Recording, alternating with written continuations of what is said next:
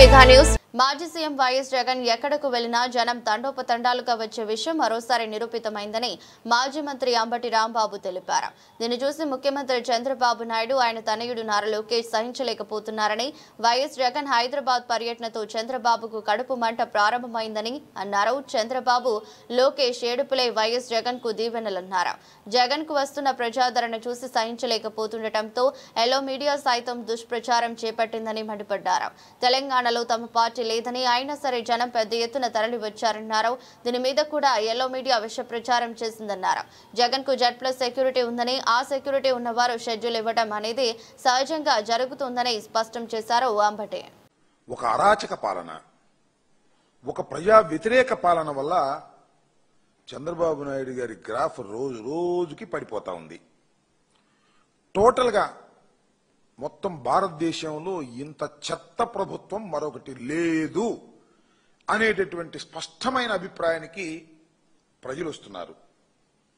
అభివృద్ధి లేదు, సంక్షేమం లేదు, ఆర్థిక పురోగతి లేదు, వైద్యం లేదు, ఆరోగ్యానికి రక్షణ లేదు, పేదలకు మధ్యతరగతి వారికి సరైనటువంటి సదుపాయాలు లేవు. దారుణంగా చంద్రబాబు నాయుడు గారు ప్రజలకు వెన్నుపోటు పొడిచాడు అనేది చాలా స్పష్టంగా అర్థమవుతున్నటువంటి పరిస్థితులు కనిపిస్తున్నాయి.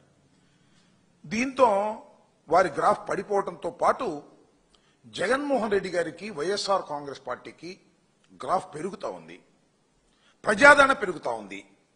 2019-24 మధ్య జగన్మోహన్ రెడ్డి గారు పరిపాలించినటువంటి 5 సంవత్సరాల కాలంలో వారు చేసినటువంటి సంక్షేమ కార్యక్రమాలు కానివ్వండి, వారు అందించినటువంటి కార్యక్రమాల వల్ల ప్రజలు ఎంత సంతోషంగా ఉన్నారో ఇవాళ గుర్తు చేసుకునేటువంటి పరిస్థితి ఏర్పడతా ఉంది.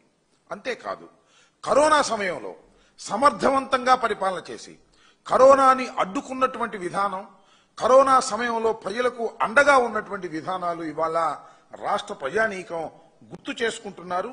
ప్రతి ఇంట్లోనూ జగన్మోహన్ రెడ్డి గారి టైంలో మేలు జరిగింది, ఇవాళ చాలా దారుణమైన పరిస్థితులు ఉన్నాయి అనేది చాలా స్పష్టంగా అర్థమవుతున్నటువంటి ఈ పరిస్థితుల్లో చంద్రబాబు నాయుడు గారు మళ్ళా పాచిపోయిన పాత పద్ధతికి పదును పెట్టే కార్యక్రమం చేస్తున్నాడు.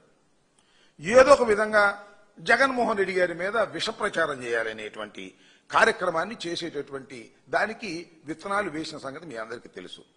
చాలా మందిని వైఎస్ఆర్ కాంగ్రెస్ పార్టీ నాయకులను అరెస్ట్ చేశారు, సోషల్ మీడియా నాయకులను అరెస్ట్ చేశారు, తప్పుడు కేసులు పెట్టారు, కోర్టుల చుట్టూ తిరుగుతూ ఉన్నాం, జైలు చుట్టూ తిరుగుతూ ఉన్నాం. అయినా జగన్మోహన్ రెడ్డి గారి గ్రాఫ్ పెరుగుతానే ఉంది, అయినా చంద్రబాబు నాయుడు గారి గ్రాఫ్ పడిపోతానే ఉన్నది. ఈ పరిస్థితుల్లో చంద్రబాబు నాయుడు గారు ఎంత సాధ్యమైతే అంత సాధ్యమైనంతగా తప్పుడు ప్రచారాన్ని జగన్మోహన్ రెడ్డి గారు